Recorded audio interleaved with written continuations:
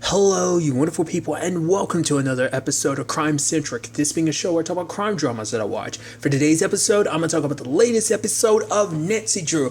A lot of interesting things went down in this episode, so let's break it down. Well, first and foremost, we find out that Tandy and Ace aren't dead. Luckily, but obviously they're in very bad conditions. Ace was already in surgery. Tandy was heading into surgery. It turns out Ace is in a coma. Because we end up finding out from the recording from Ace that it was, because my thought was like, okay, maybe Tandy did it, maybe him, like I thought maybe there was something on that side of this, but it was like, no, it was a complete another accident, or not. Well, it looks like it was an accident, but it turns out someone messed with her vehicle, so someone purposely caused the accident.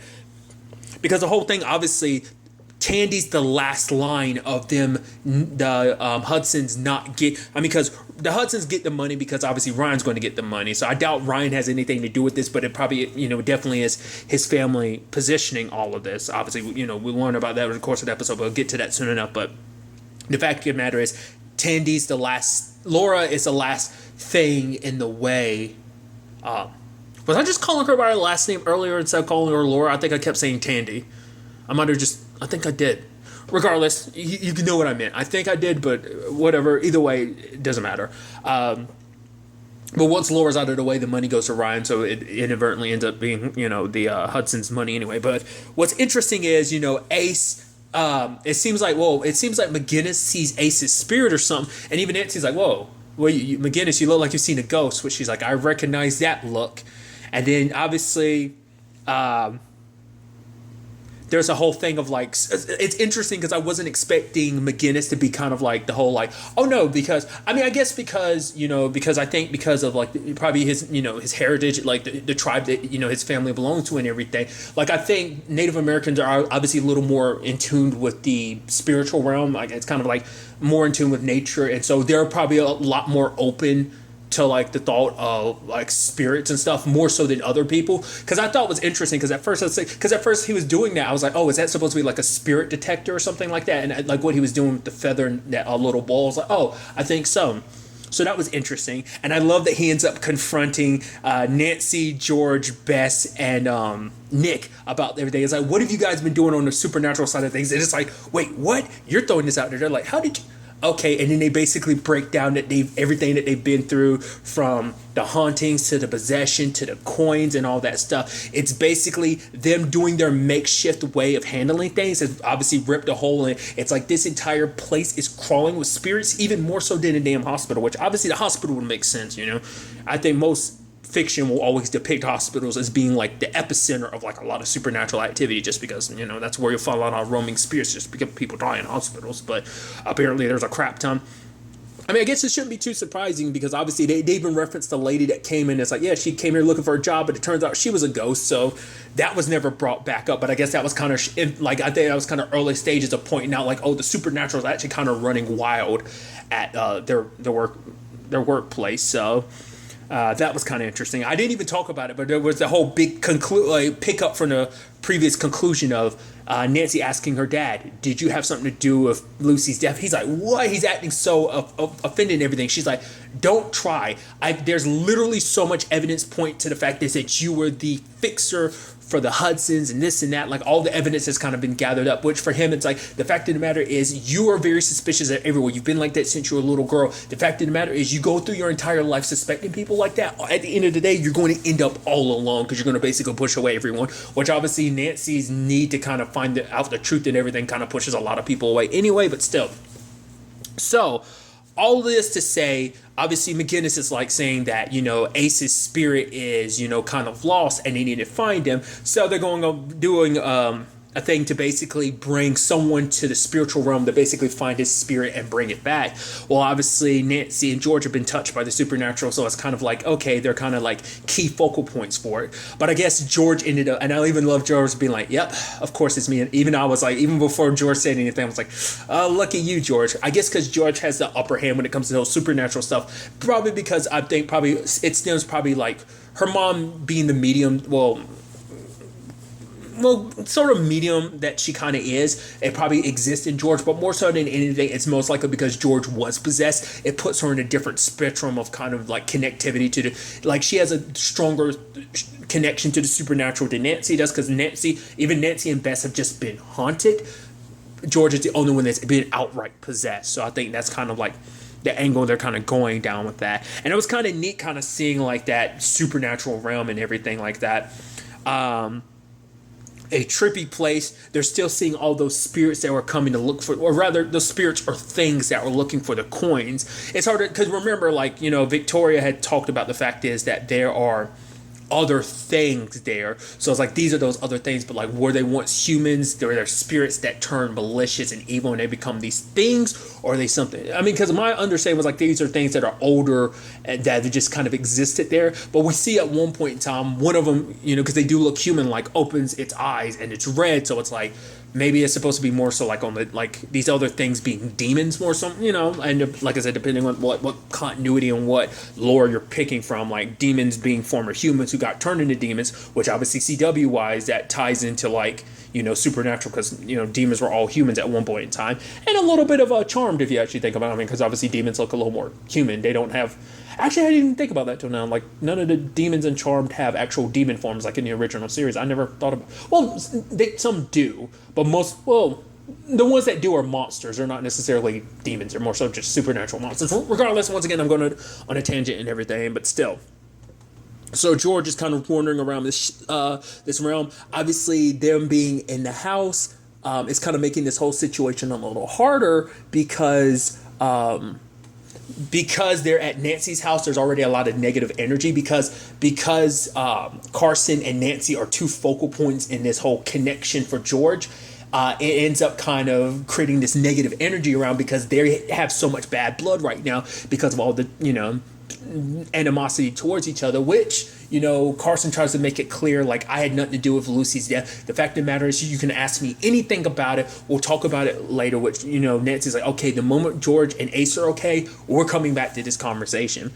It is interesting that so much about this place is connected to Lucy, because it's like now, Nancy kind of pieces it together, because on the other side that George in the spirit realm, she sees the walls just covered in stuff. It's Lucy trying to communicate, and then now Nancy's getting it of like, right, she's been trying forever, probably for like the past 20 years, trying to get someone's attention, but it's only until recently that she was able to reach out to Nancy. Like that boundary between the spirit realm and the living realm, she was able to push through it finally. And so she was finally able to kind of start getting her messages through. And obviously that's why they're not full blown. They're still as cryptic as they are, because it takes a lot to be able to fully get probably a message through, this, spectrum between life and death like that.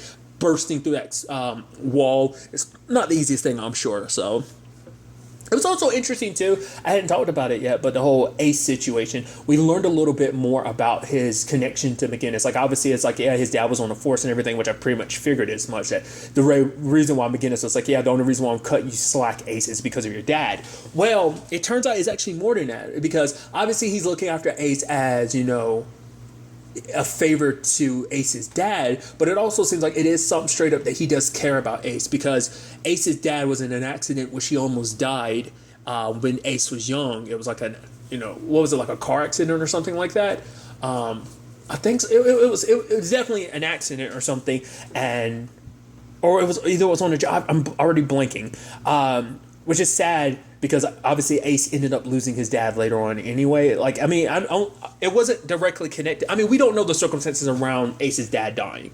Like, whether it was something he did it more on a job, whether it was like, him as a police officer, he ended up dying, like, or was it connected to this incident where he almost died, but he ended up dying later on. Regardless of it, I think ever since then, McGinnis has been looking after him, because like one of the figures that he kind of passes out to everyone, like Carson gets a wolf. Isn't the actor who plays him named Scott Wolf? The actor who plays Carson? Maybe not. Maybe I think I'm confused. I might be confusing his name with a different actor. I'm pretty sure the actor who plays him is named Scott, but I think his last name is Wolf. Maybe that's kind of a wink and nod there. But Nancy gets the whale and George gets the turtle. So I feel like that's a connection there. Like her having the turtle. I feel like, doesn't George have some kind of connection to a turtle? Don't she? I'm blanking. I feel like that seems like that fit for some reason. I'm not sure why. Regardless, once again, tangents and stuff like that. But and it turns out Ace has the bear and everything. So it was just kind of interesting, because for so long we kind of think McGinnis is a dick, but now we kind of see like, oh, there's actually, he's a complicated character. There are layers to him, because him looking after Ace, putting Ace in the position he is in, is because I think for him it's like, well, I'm trying to play that role of a father figure. Like, obviously I'm looking after you because your dad was, someone, I cared about. So I was like, hey, I care about you too. He's kind of been, there for Ace ever since Ace was a kind of a kid. So I think more so than anything, I'm sure he would never let Ace go to jail for like a federal crime and stuff like that. Hence why he's doing what he's doing. But I think it's meant to teach Ace a lesson. But also, I think he probably got a little misguided along the way, and because obviously it was small stuff here and there, but because of Tiffany's murder, he got put in a position of spying on his friends and everything. So there's that. But regardless, George goes to the site of the accident, but the accident isn't where Ace is, because it's supposed to be a place that Ace has the most fear of, and they assumed it was the accident that him and Laura were in, but it's not. It's actually the accident connected to his dad, because George actually went to the hospital, but she went there like 15 years earlier, and she was in the past and everything. So it's like, whoa, whoa, whoa. Which I even love that Carson's getting dropped in all of this, because it's like, because basically, he basically quickly learns everything that Nancy's kind of been connected to supernatural wise. He's like, we have a lot we're going to talk about, which is like, yeah, you do, don't you? But regardless, George was able to, kind of, tap into it and kind of feel and think about Ace, and it led her to him because it's like you need to track down Ace as a little boy. Because obviously he's kind of like spiraling a little bit, because I'm sure this accident that him and Lori was in. Laura, have I been calling her Lori now? I think I have been. Laura, jeez, I've been butchering that all the entire recording, I think. Jeez, I'm so sorry. Him and Laura, because I kept forgetting, because like in my head I kept thinking like, well, when I think Laura, I immediately think Laura Palmer, Twin Peaks. But regardless, I think being in that accident probably made him think about his own, his dad's situation. So I think that's probably the connectivity to that. So he took the form of who he was back then as that little boy, and George being there for him, giving him like the bear thing. So when she actually wakes up, she actually has it in her hand, which is like, I'm surprised Carson wasn't flipping out more about the supernatural stuff, but I guess it's kind of like, all right, this is weird, this is crazy, but just got to accept it as is. But what's also interesting, because there's so many other layers to this, because everyone's pointing to like, okay, so maybe Elizabeth is behind this, because none of the Hudsons were around. But interestingly enough, Elizabeth says she was working, but the fact of the matter is she was in town. So it's like, maybe she's covering up for something, because obviously, like, Nick had looked for a device that had tampered with the CPU, but he couldn't find it. That didn't mean that someone hadn't already taken it off. And the fact of the matter is, the records from the CPU had been changed, because it didn't even account the fact that he had changed the oil. So there was definitely a cover up in that, because he already saw like the discrepancies between like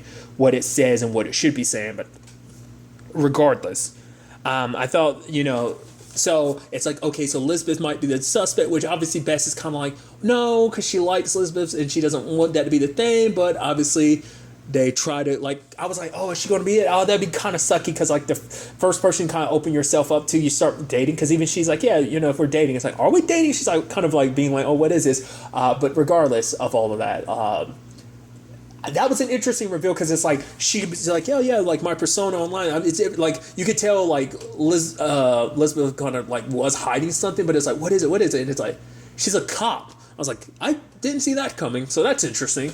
And it kind of makes sense in the grand scheme of things. Of course, there'd be a cop getting close to the Hudsons, especially when they're connected to so much shady stuff. It's like, well, of course someone's going to have to be keeping an eye on them. So I thought that was kind of fascinating, finding out that she's an undercover cop.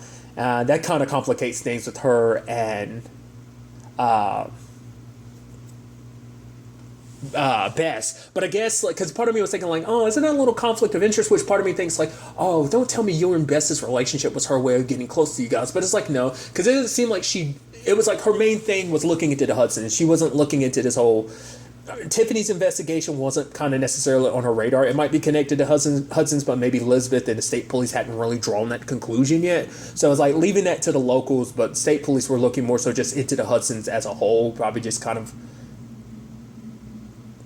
just their whole shady business. So there's that side of things, which obviously George got a clue from Ace, because the last thing Ace saw before he ended up passing out was he saw the shoelaces of the person, and it turns out the person behind, because Elizabeth was like, yeah, the person that's on the inside for the Hudsons is actually a cop, which that also makes sense how they were able to kind of get away with a lot of stuff that they've been able to do. So it's like, okay.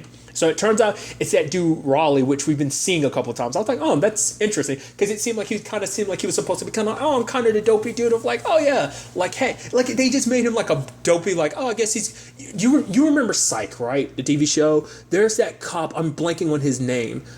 He was just like he's one of the only other cops at that at the precinct, other than Lassiter and Julia and Karen, that you really got to know. I'm blanking on his name, but he's always been kind of like a dopey kind of background. He was always a dopey background character. That's what I was thinking. Raleigh's character was supposed to be just like, no, it turns out he's actually the bad guy. He was secretly working with the Hudsons, which obviously that's not going to tie back to him in any shape or form, because it's like, oh, no, those were payments for other stuff. It had nothing to do with us, him doing any dirty deeds for us. So that's a whole complicated thing in itself. In a sense of like, oh, they've made it complicated so you can't necessarily make direct connections, or covering their asses pretty well. So that's going to end up in itself being kind of a dead end, and they're going to pay him enough money to keep his mouth shut. So there was that. Then there's the whole Elizabeth situation of like, okay, so they set this whole situation up so she can keep her cover because she felt like she had to leave town. But then the fact is like, they're like, no, you can trust us. Well, she's like, well, the fact of the matter is he's a criminal. You are literally about to have to testify, because like her whole court hearing and stuff like that about like breaking into the morgue and stuff like that, which that's definitely going to be interesting to see where that goes. I kind of get the feeling like the Hudsons might try to take advantage of that and try to use that as a situation to bury Nancy, because like they knew there would be an opportunity to kind of smear her name and also make it so that she'll get out of their way potentially. We'll see about that. But Elizabeth didn't really want to listen, but it's like, hey, we got some like files of our own on the Hudsons and stuff like that. We can compare and contrast some stuff to kind of figure some things out. So Elizabeth is staying around, and she kept her cover by punching Nancy and making it seem like she broke up with Bess. Well, she did all that in front of Mrs. Hudson. So poor Nancy getting punched in the face like that. It's like, yep, they super bought that all right. So we'll see what ends up happening there, which obviously Bess and Elizabeth, which I even love Bess being like, no, what's happening between us is real, right? Which Elizabeth's like, yeah, it totally is. I'm like, oh, that's sweet.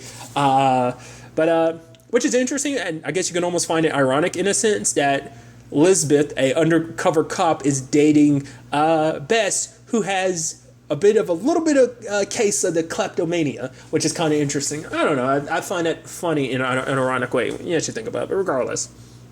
So that in itself is fascinating. There's also a little tidbit of like, oh yeah, the whole Nancy and Nick thing. Like, there's little remnants of that of like, oh yeah, they had like one point in the episode where it's just kind of like, oh yeah, kind of a little bit of an awkward thing of like, no, we're not talking about our situation. That's something that's still in a process of being figured out and stuff like that. So there's other stuff, that kind of have to be, obviously everything that went down in this episode kind of took priority, but other than all of that, there's also the situation with Nancy and her dad. Like, he ends up bringing up the fact is the night Lucy died, he went, because he was told by the Hudsons to keep an eye on her. He wasn't 100% sure for what reasons. He figured like she must know something that she shouldn't know.